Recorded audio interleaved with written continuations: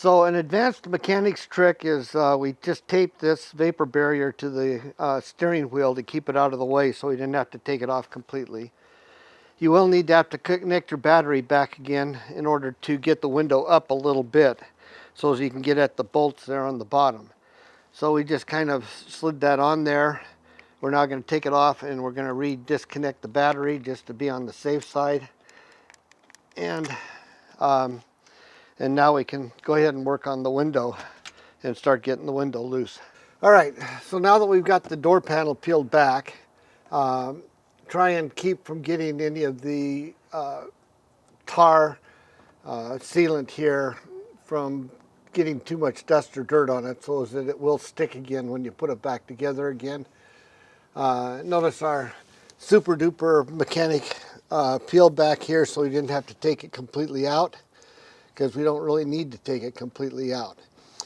So we're gonna now loosen up these.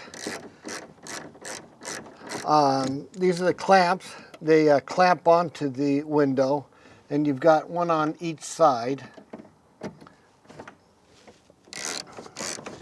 So, and you get those loose. Now they may stick to the window if they've been in the window or in the car for quite a while and it's gotten hot. You just have to work it to get it loose. You might have to take the screw completely out and muck with them a little bit to get it loose. We also put a little bit of silicone spray oil on the back side, a little bit of silicone spray, and that kind of helped as well to get it loose.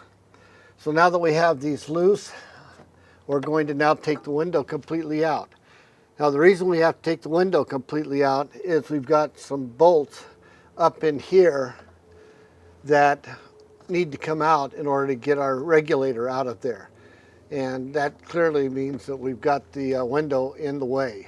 So once you have the window loose on the back side, you'll notice it comes out fairly easily because you've got that arch, so you just kind of rotate it out of there, and now you've got the window completely out. Set it somewhere where it won't get damaged. You've got a plastic shroud here to kind of hold the cable in place, a little tiny screwdriver, and just a real light pop so that you don't crack it. Just take it off very gently and save your part. All right, so on the bottom here you have 10 millimeter screws. I recommend using a ratcheting wrench. You can't really get a socket in there, but you can take those out. Now you'll notice that these are slotted, but there's not enough room to pull them up, so you have to pull these completely out. Then from there, that's only 10 millimeter. From there, we're back to using our external star socket to get the rest of them, which is there, and down here. So we're going to go ahead and pull all that, and then we'll show you about extracting it, and we'll go from there. All right, so now we can just start working this down and around. Come on, get off of there. All right, and then the power connection. All right, so pulled off the power connector. Maybe it might have been a little easier if we had taken that off first. I thought there'd be a little more give to it, but it dropped out. You just have to work at it and wiggle on it. Now this lower bolt is interesting in that it's actually a clamp that clamps against this rail here. And so it's got this backing piece, and when you put it back in, you're gonna have to have it almost all the way in, and then drop it on there and hold the back side while you clamp it in tight. So be aware of that as you take that out of there. All right, so we've got it off. Again, you can see that the reason it was not working is this particular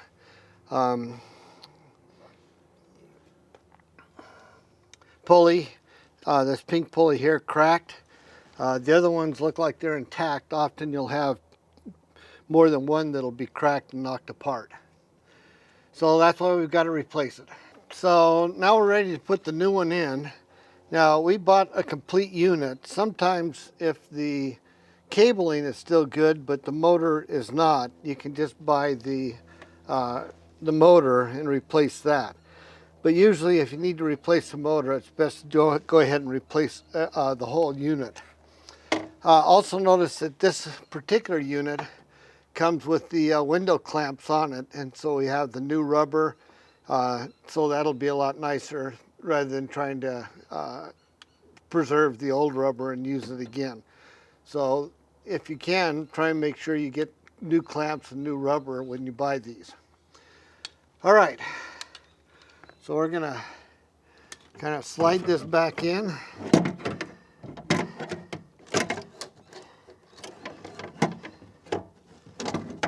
And gotta get that one in too. And get this one up here. So keep that out of the way and just kind of slide that up in there. At this point, you can go ahead and hook up the motor clip while you can still get at it.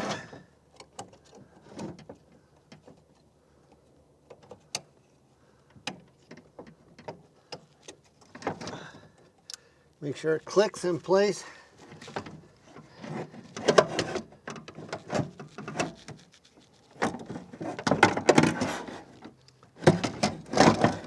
All right, then we've roughly got the pieces roughly where they need to be. So now it's a matter of figuring out which bolt you want to start with and kind of going from there. It's often easier to go ahead and get the bottom one in just to kind of have a leverage point to work off of. So I'm not going to tighten it, I'm just going to get it in far enough to kind of, that way it's more likely to register on the top pieces where those bolts go, because they're kind of awkward to get to. So be sure you get this loose, and it turns out that if you have it at the correct angle, you can go ahead and drop that down on the slot there, and hopefully we can get the same thing done on this side here. All right, so we've got the bottoms at least set in place. Now it's a matter of lining up the screws and putting in the top ones. All right, and so when you start doing the top ones, it's going to be a little bit of an issue. If you have a magnetic set of bits, that would be great. Just to get it started, I used just a little magnet and kind of got it started in the hole before I put the wrench on it. Notice the angle of the wrench. These things are not straight in, and so you have to kind of angle it, and that makes it a little bit more difficult. And then you want to be sure you leave it a little bit loose so you have enough room to wiggle to get the other piece in place and get that one started. But just be aware that all of these are off at kind of an angle. Don't forget to put your plastic clip back on. It goes easy. Just kind of just snap it there in place to hold that cable so it doesn't wander around in there.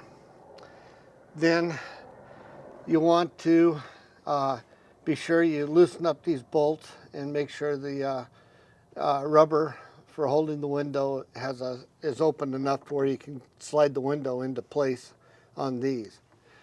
Now, we just hooked up the battery, so that we're going to roll these up a ways so that we have an easier chance of aligning the window and getting the window seated in these, because they're just a little too far down all the way at the bottom and you wouldn't be able to hold on to the window. So we've hooked up the battery. We're going to move those up. Remember that it's this socket group here that you need to connect. You don't need to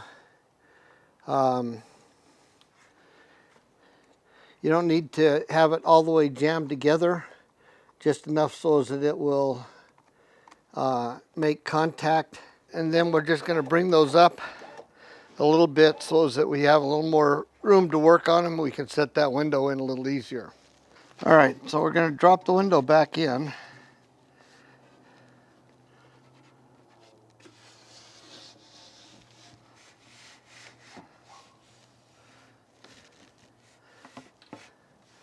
Okay, and then while holding the window, you need to come around and guide it from the bottom as you set it into the clips.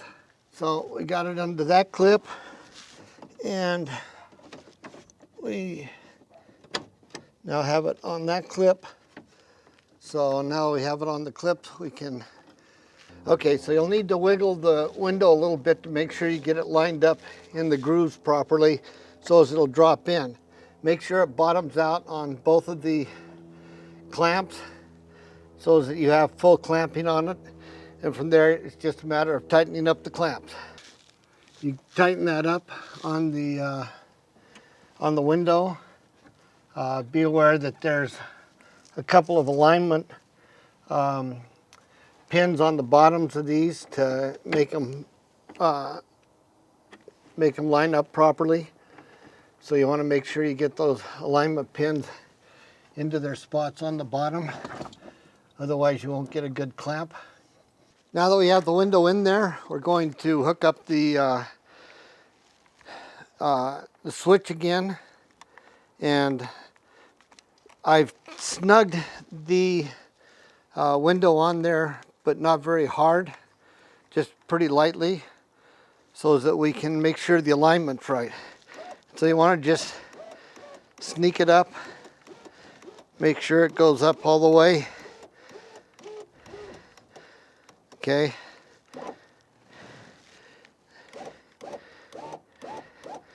And make sure it goes down. Okay, I think we've got it. So we're going to go ahead and snug those bolts up nice. Don't over tighten them, but we want to be sure we get them so that they hold the glass nicely.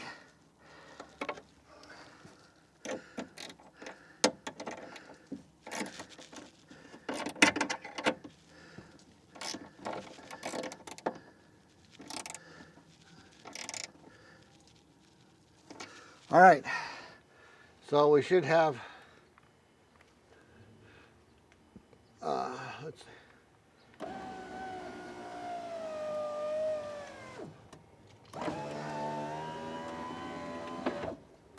All right, we've got a window in there, and we got a regulator in there, and it works. So now we'll start reassembling the door and putting all the pieces back in place.